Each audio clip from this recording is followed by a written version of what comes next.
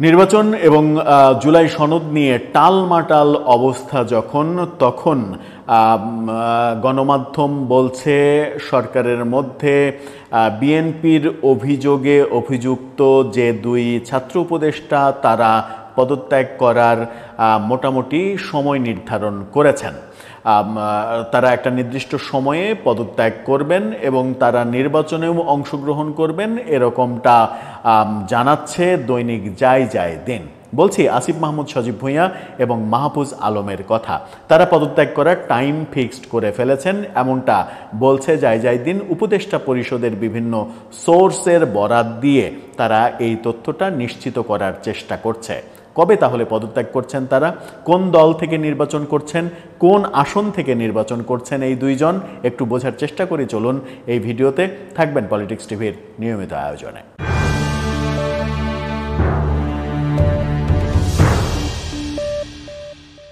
দর্শক, বলছিলাম দুই ছাত্র উপদেষ্টা যাদের বিরুদ্ধে বিএনপি একেবারে আনুষ্ঠানিকভাবে সরকারের কাছে অভিযোগ করেছে যে তাদের যে অভিযোগ, যাদের ব্যাপারে অভিযোগ, তাদের মধ্যে অন্যতম এই তিনজন উপদেষ্টা ব্যাপারে তাদের অভিযোগ। একজন ফাউজুল কবির খান, আর দুইজন হচ্ছে আসিফ মাহমুদ সজীব ভুঁইয়া এবং মাহফুজ আলম। এই তিনজনের ব্যাপারে তাদের অভিযোগ রয়েছে। তিন উপদেষ্টার সাথে প্রধান উপদেষ্টার যিনি বিশেষ সহকারী স্বরাষ্ট্র মন্ত্রণালয় সংক্রান্ত খোদাবক্স সাহেব, সাথে মন্ত্রিপরিষদ সচিব, এই পাঁচজন ব্যাপারে বিএনপির অভিযোগ রয়েছে, এরকম তথ্য আমরা বিবিসির রিপোর্টে জেনেছিলাম। আসিফ মাহমুদ সজীব ভুঁইয়া এবং মাহফুজ আলম অতঃপর অবশেষে পদত্যাগের সিদ্ধান্ত কবে নাগাদ পদত্যাগ করছেন সেটা নাকি নিশ্চিত করেছেন। যায় দিন সেরকমটা দাবি করছে। তারা যে শিরোনাম করেছে, শিরোনামটা আপনারা দেখুন। সেখানে বলা হচ্ছে মাহফুজ ও আসিফের পদত্যাগ ডিসেম্বরের শুরুতে। ডিসেম্বরের শুরুতে কেন? ডিসেম্বরের শুরুতে নির্বাচনের তফসিল ঘোষণা করা হবে, অর্থাৎ তফসিল ঘোষণার একদিন কিংবা 2 দিন আগে তারা পদত্যাগ করবে, তার একদিন আগেও পদত্যাগ করবেন না। তফসিল ঘোষণার পরে যেহেতু আর থাকা যাবে না, তফসিল ঘোষণার পরে থাকলে তারা আর নির্বাচন করতে পারবেন না। তফসিল ঘোষণার আগে সাধারণ মানুষ হয়ে যাবেন, সাধারণ মানুষ হয়ে যেয়ে তারা নির্বাচন করবেন এবং নির্বাচন করার ক্ষেত্রেও কোন দল থেকে নির্বাচন করবেন সেটাও একটা চমকপ্রদ খবর এখানে আসছে। বলা হচ্ছে আসিফ মাহমুদ সজীব ভুঁইয়া কোনো দল থেকে নির্বাচন নাও করতে পারেন, এটা কিন্তু একটা নতুন চমক। তিনি স্বতন্ত্র নির্বাচন করতে পারেন, এরকম আভাসও যায় দিন দিচ্ছে। তারা বলছে ত্রয়োদশ জাতীয় সংসদ নির্বাচন ফেব্রুয়ারির প্রথমার্ধে, যদিও সেটা নিয়ে যথেষ্ট সংকট তৈরি হয়েছে। জামাতের পক্ষ থেকে বলা হচ্ছে নির্বাচন হওয়ার সম্ভাবনা খুব কম, নির্বাচন না হলেও জুলাই সনদ বাস্তবায়ন করতে হবে। এনসিপির পক্ষ থেকে বলা হচ্ছে ফেব্রুয়ারিতে নির্বাচন হবে না। সেই সূত্র ধরে বলাই যায় যে ফেব্রুয়ারিতে নির্বাচন হচ্ছে না। তারপরেও নির্বাচনকে কেন্দ্র করে যেহেতু প্রস্তুতি রয়েছে, সেই জন্য এই নিউজটা গুরুত্বপূর্ণই বটে। বলছে যে এই আলোচনায় দুই ছাত্র উপদেষ্টার পদত্যাগ ও প্রার্থিতা নিয়ে চলছে গুঞ্জন এবং নানাবিধ আলোচনা। ফেব্রুয়ারির প্রথমার্ধে অনুষ্ঠিত জাতীয় সংসদ নির্বাচনে এর আগে ডিসেম্বরের প্রথমার্ধে নির্বাচন কমিশন আনুষ্ঠানিকভাবে তফসিল ঘোষণা করবে।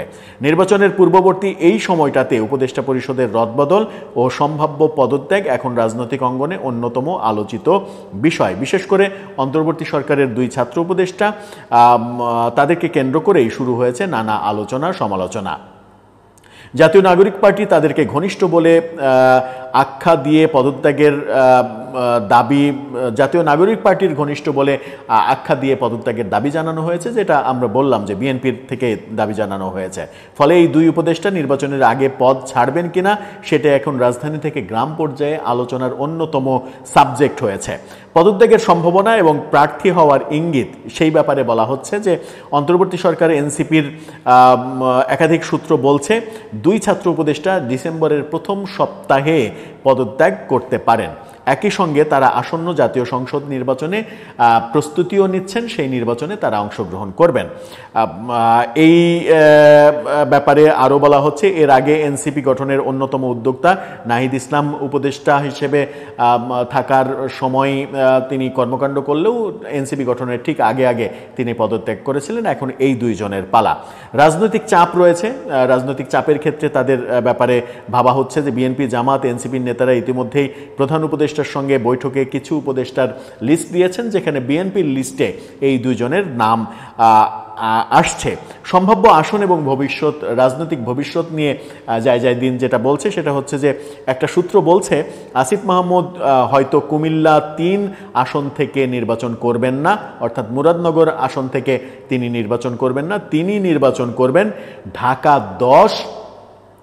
10-এর মতো গুরুত্বপূর্ণ আসনের কথা বলছে, অথবা ঢাকার অন্য কোনো আসন থেকেও তিনি নির্বাচন করতে পারেন। অর্থাৎ আসিফ মাহমুদ সজীব ভুঁইয়া তার নিজের এলাকা মুরাদনগর থেকে নির্বাচন করছেন না, ঢাকা থেকে নির্বাচন করছেন। তিনি স্বতন্ত্র প্রার্থী হিসেবে প্রতিদ্বন্দ্বিতা করতে পারেন, যদিও এনসিপির সমর্থন পাওয়ার সম্ভাবনা রয়েছে। মানে তিনি স্বতন্ত্র প্রার্থী হিসেবে নির্বাচন করতে পারেন, এটা নতুন একটা তথ্য আমাদের কাছে আসলো। আমরা তো জানি যে তিনি উপদেষ্টা হিসেবে পদত্যাগ করার পরে এনসিপির একটা বড় দায়িত্ব নেবেন। সেই বড় দায়িত্বটা হলো এনসিপির নির্বাচন কার্যক্রম এবং সাংগঠনিক কাজ, এই দুই ব্যাপারের প্রধান হবেন তিনি। সেই কারণে তাদের অন্য নেতা নাসিরউদ্দিন পাটোয়ারি, তার পদত্যাগের গুঞ্জনটা রটেছিল, সেই গুঞ্জন তারা মিথ্যা বলে অভিহিত করেছেন আপাতত, কিন্তু শেষ পর্যন্ত তাদের মধ্যে যে নেতৃত্বের দ্বন্দ্ব দেখা দিয়েছে এটা মোটামুটি অনুমান করে নেওয়াই যায়।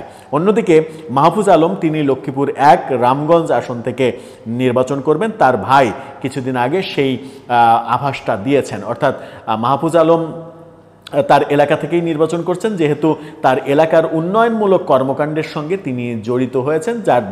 তার ভাই যেটা স্বীকার করেছেন যে উন্নয়ন কর্মকাণ্ড যেগুলো শুরু করেছেন সেগুলো অব্যাহত রাখার জন্যই রামগঞ্জের এমপি তিনি হতে চান, এবং রামগঞ্জের লোক চাই তিনি এমপি হয়ে আসুন। সেই ক্ষেত্রে তিনি এনসিপি থেকে নির্বাচন করবেন নাকি বিএনপি থেকে নির্বাচন করবেন, এই ব্যাপারে কিন্তু এখনও ধোঁয়াশা কাটেনি। যেহেতু তার বাবা বিএনপির রাজনীতির সঙ্গে জড়িত, আবার ভাই এনসিপির বড় নেতা, যুগ্ম আহ্বায়ক নাকি যুগ্ম সদস্য সচিব সম্ভবত, এই জায়গায় বাবার দিকে যাবেন নাকি ভাইয়ের দিকে যাবেন সেই ব্যাপারে যথেষ্ট আলোচনা তো থাকতেই পারে। ছাত্র উপদেষ্টাদের মানে ভবিষ্যৎ, এনসিপির অবস্থান, এসব ব্যাপারে সারোয়ার তুষার, আলোচিত সমালোচিত সারোয়ার তুষার, তিনি বলেছেন যে কেউ রাজনৈতিক দলে যোগ দিতে চাইলে আগে সরকারি দায়িত্ব থেকে পদত্যাগ করতে হবে। তিনি আরও বলেছেন, যদি 2 ছাত্র উপদেষ্টা এনসিপিতে যোগ দিতে চান আমরা তাদের স্বাগত জানাবো।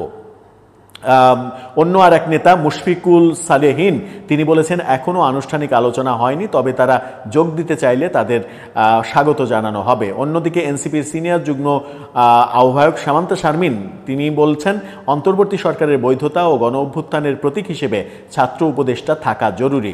তাদের পদত্যাগ সরকারের গ্রহণযোগ্যতায় প্রভাব ফেলতে পারে। অর্থাৎ এই নেত্রী আবার বলছেন যে তাদেরকে উপদেষ্টা হিসেবেই তিনি দেখতে চান। তার পদত্যাগ এবং নির্বাচনে অংশগ্রহণ, সরকারের নিরপেক্ষতা নিয়ে প্রশ্ন আসতে পারে। খুবই গুরুত্বপূর্ণ একটা কথা বলেছেন যে সরকার থেকে তারা পদত্যাগ করে কোনো একটা দলে যোগ দেওয়ার সাথে সাথেই পুরো সরকারের নিরপেক্ষতা নিয়ে প্রশ্ন উঠবে, যে সরকারে বসে থেকে এতদিন তারা এই দলের পারপাসই সার্ভ করেছেন। যে আলোচনাটা এখন রয়েছে সেই আলোচনাটার বৈধতা দেয়া হয়ে যাবে তারা যখন পদত্যাগ করে দলে যোগ দেবেন এবং নির্বাচন করবেন। কিন্তু তা সত্ত্বেও কি সেই কাজ থেকে তারা বিরত থাকবেন? গণমাধ্যম, বিভিন্ন সোর্স, বিভিন্ন আলোচনা সব কিছু বলছে যে তারা নির্বাচন করবেন।